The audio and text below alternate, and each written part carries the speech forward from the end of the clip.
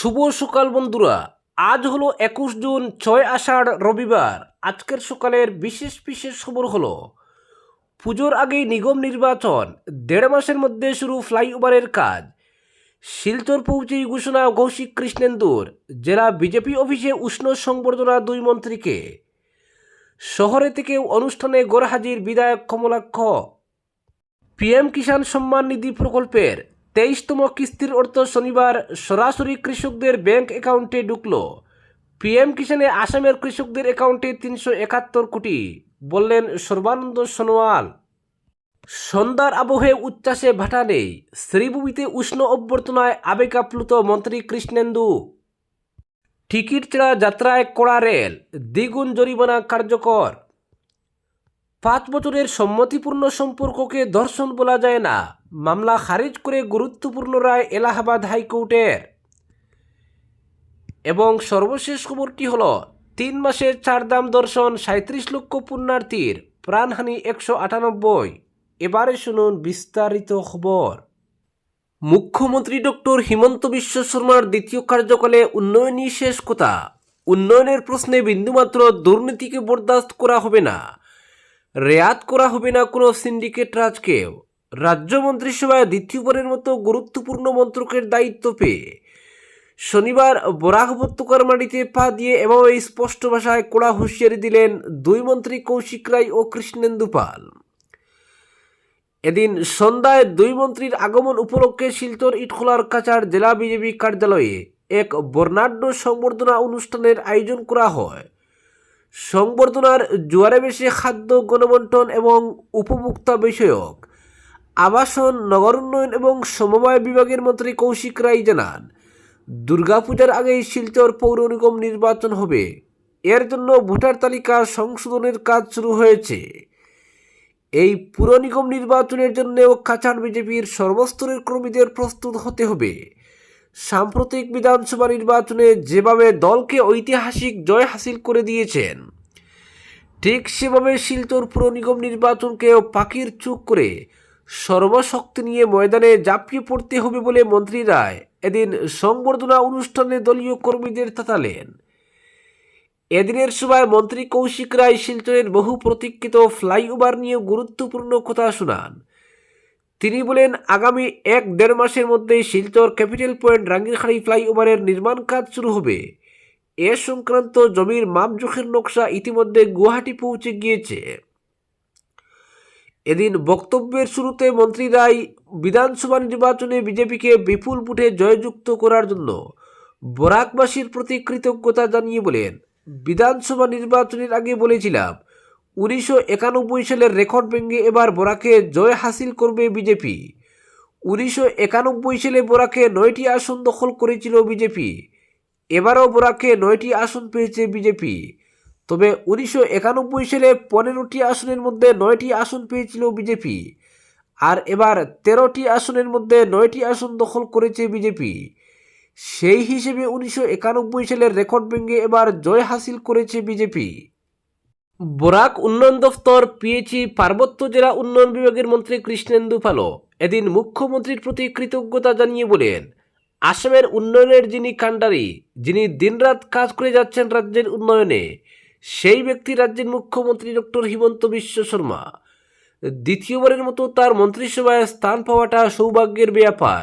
তিনি এবার যা দায়িত্ব দিয়েছেন সেই সব মন্ত্রকের দায়িত্ব সঠিকভাবে পালন করাটাই হবে আমাদের লক্ষ্য। বরাক উপত্যকার উন্নয়ন প্রসঙ্গে তিনি ইস্ট ওয়েস্ট করিডোর, প্রস্তাবিত এক্সপ্রেসওয়ে ও সেতু প্রকল্পের কথা তুলে ধরেন। বলেন, বরাক উপত্যকা তথা রাজ্যের জনগণের হিতে যাতে কাজ করতে পারি, মা কামাখ্যার কাছে সেই প্রার্থনা করছি। নাগরিকদের অভিযোগ মতামত জানানোর সুবিধার্থে শীঘ্রই একটি টোল ফ্রি নম্বর চালু হবে বলেও জানান তিনি। পরবর্তী খবরটি হল, দিনভর প্রতীক্ষার পর বিকেল গড়িয়ে সন্ধ্যা নামলেও উচ্ছ্বাসে বিন্দুমাত্র ভাটা পড়েনি, বরং সময় যত এগিয়েছে ততই বেড়েছে মানুষের দল, আবেগ আর উৎসাহের বহিঃপ্রকাশ। শনিবার সন্ধ্যায় শ্রীভূমি শহর যেন পরিণত হয়েছিল এক উৎসবের নগরীতে। রাজ্যের জনস্বাস্থ্য, কারিগরি, পার্বত্য ও বরাক উপত্যকা উন্নয়ন বিভাগের মন্ত্রী তথা জনপ্রিয় জননেতা কৃষ্ণেন্দু পালের আগমনকে কেন্দ্র করে গোটা শহর জুড়ে সৃষ্টি হয় এক নজিরবিহীন জনসমাগম ও আবেগঘন পরিবেশ। দুপুর থেকেই বিভিন্ন এলাকা থেকে দলীয় নেতাকর্মী, সমর্থক এবং সাধারণ মানুষ শহরে জড়ো হতে শুরু করেন। বিকেল গড়িয়ে সন্ধ্যা গনিয়ে এলেও মানুষের আগ্রহ ও অপেক্ষার প্রহর শেষ হয়নি। প্রিয় নেতাকে এক নজর দেখার আশায় রাস্তার দুই ধারে সারিবদ্ধভাবে দাঁড়িয়ে থাকেন হাজারো মানুষ। নিউ করিমগঞ্জ টুলগেট এলাকা থেকে শত শত যুব মোর্চা কর্মী ও সমর্থকের অংশগ্রহণে এক বিশাল বাইক র্যালির মাধ্যমে মন্ত্রী কৃষ্ণেন্দু পালকে শ্রীভূমি শহরে নিয়ে আসা হয়। হুড খোলা গাড়িতে দাঁড়িয়ে তিনি জনতার শুভেচ্ছা গ্রহণ করেন। র্যালিটি শহরের বিভিন্ন গুরুত্বপূর্ণ সড়ক অতিক্রম করার সময় একাধিক স্থানে কনভয় থামিয়ে তাকে সংবর্ধনা জানানো হয়। কোথাও ফুলের তোড়া, কোথাও গামছা ও উত্তরীয়, আবার কোথাও করতালি ও স্লোগানের মাধ্যমে প্রিয় নেতাকে বরণ করে নেন সাধারণ মানুষ। এওসি পয়েন্ট থেকে শুরু করে জাতীয় সড়কের দুই পাশে সন্ধ্যার আবছা আলোয় নারী, পুরুষ, যুবক, যুবতী ও প্রবীণদের উপস্থিতিতে মুখর হয়ে ওঠে গোটা শহর। অনেকেই হাতে ফুল নিয়ে অপেক্ষা করছিলেন, কেউ বা মোবাইল ক্যামেরায় স্মরণীয় মুহূর্ত বন্দি করতে ব্যস্ত ছিলেন। শহরের অলিগলি থেকে প্রধান সড়ক সর্বত্রই ছিল উৎসবমুখর পরিবেশ। সন্ধ্যার নরম আলো, মানুষের উচ্ছ্বাস আর ভালোবাসার মিলনে শ্রীভূমি যেন এক ভিন্ন রূপ ধারণ করেছিল। মানুষের এই অকৃত্রিম ভালোবাসা ও উষ্ণ অভ্যর্থনায় আবেগাপ্লুত হয়ে পড়েন মন্ত্রী কৃষ্ণেন্দু পাল। তিনি উপস্থিত জনতার উদ্দেশ্যে কৃতজ্ঞতা প্রকাশ করে বলেন, দিনের শেষ প্রহরে এসেও যেভাবে শ্রীভূমির মানুষ আমাকে ভালোবাসা, আশীর্বাদ এবং সম্মানে সিক্ত করেছেন তা সত্যি আমাকে আবেগাপ্লুত করেছে। এই ভালোবাসা আমার কাছে শুধু সম্মান নয়, এটি একটি বড় দায়িত্ব এবং আগামী দিনের কাজের প্রেরণা। পরবর্তী খবরটি হলো, টিকিট ছাড়া যাত্রায় কড়া রেল, দ্বিগুণ জরিমানা কার্যকর। রেলযাত্রায় শৃঙ্খলা বজায় রাখতে এবং নিয়মভঙ্গের ঘটনা কমাতে একাধিক কড়া পদক্ষেপ কার্যকর করল ভারতীয় রেল। নতুন নির্দেশিকা অনুযায়ী টিকিট ছাড়া যাত্রা করলে এবার থেকে যাত্রীদের ন্যূনতম 500 টাকা জরিমানা দিতে হবে। আগে এই জরিমানার পরিমাণ ছিল 250 টাকা। শনিবার জারি হওয়া জনবিশ্বাস বিধি 2026 অনুযায়ী বিভিন্ন ধরনের রেল অপরাধের ক্ষেত্রে জরিমানার অঙ্ক উল্লেখযোগ্যভাবে বাড়ানো হয়েছে। রেল কর্তৃপক্ষের দাবি, যাত্রীদের নিরাপত্তা, স্বাচ্ছন্দ্য এবং পরিষেবার মান উন্নত করাই এই সিদ্ধান্তের মূল উদ্দেশ্য। নতুন নিয়ম অনুসারে অনুমতি ছাড়া হকারি করলে 2000 টাকা জরিমানা করা হবে। অন্যের নামে ইস্যু করা টিকিট ব্যবহার করলেও ন্যূনতম 500 টাকা জরিমানা গুনতে হবে। ট্রেন বা স্টেশনে থুতু ফেলা, মদ্যপ অবস্থায় বিশৃঙ্খলা সৃষ্টি কিংবা অশোভন আচরণের জন্য 1000 টাকা পর্যন্ত জরিমানার বিধান রাখা হয়েছে। একই অপরাধ বারবার ঘটলে জরিমানা বেড়ে 5000 টাকা হতে পারে। পাশাপাশি কারাদণ্ডের ব্যবস্থাও রয়েছে। এছাড়া ট্রেনের ভিতরে ধূমপান করলে 2000 টাকা জরিমানা ধার্য করা হয়েছে। মহিলা কামরায় অনধিকার প্রবেশের ক্ষেত্রে জরিমানা করা হবে 2500 টাকা। বিপজ্জনক বা নিষিদ্ধ সামগ্রী বহনের জন্য ন্যূনতম 10,000 টাকা জরিমানার বিধানও কার্যকর হয়েছে। রেল সূত্রে জানা গেছে, টিকিটবিহীন যাত্রা রুখতে সম্প্রতি অভিযান আরও জোরদার করা হয়েছে। শুধু মে মাসেই মধ্য রেল অঞ্চলে প্রায় 4,96,000 যাত্রীর কাছ থেকে টিকিটবিহীন ভ্রমণের কারণে 40 কোটিরও বেশি টাকা জরিমানা আদায় করা হয়েছে। রেল কর্তৃপক্ষের বক্তব্য, নতুন জরিমানার বিধান যাত্রীদের মধ্যে দায়িত্বশীল আচরণ গড়ে তুলতে সাহায্য করবে। পাশাপাশি বৈধ টিকিট কেটে ভ্রমণ, ট্রেন ও স্টেশন পরিষ্কার রাখা এবং রেলের নিয়ম মেনে চলার জন্য যাত্রীদের প্রতি আবেদন জানানো হয়েছে। পরবর্তী খবরটি হল, দীর্ঘদিনের পারস্পরিক সম্মতিতে গড়ে ওঠা সম্পর্ক পরবর্তীতে ভেঙে গেলেই তাকে ধর্ষণের ঘটনা হিসেবে গণ্য করা হয় না। এক গুরুত্বপূর্ণ রায়ে এমনই মন্তব্য করেছে এলাহাবাদ হাইকোর্ট।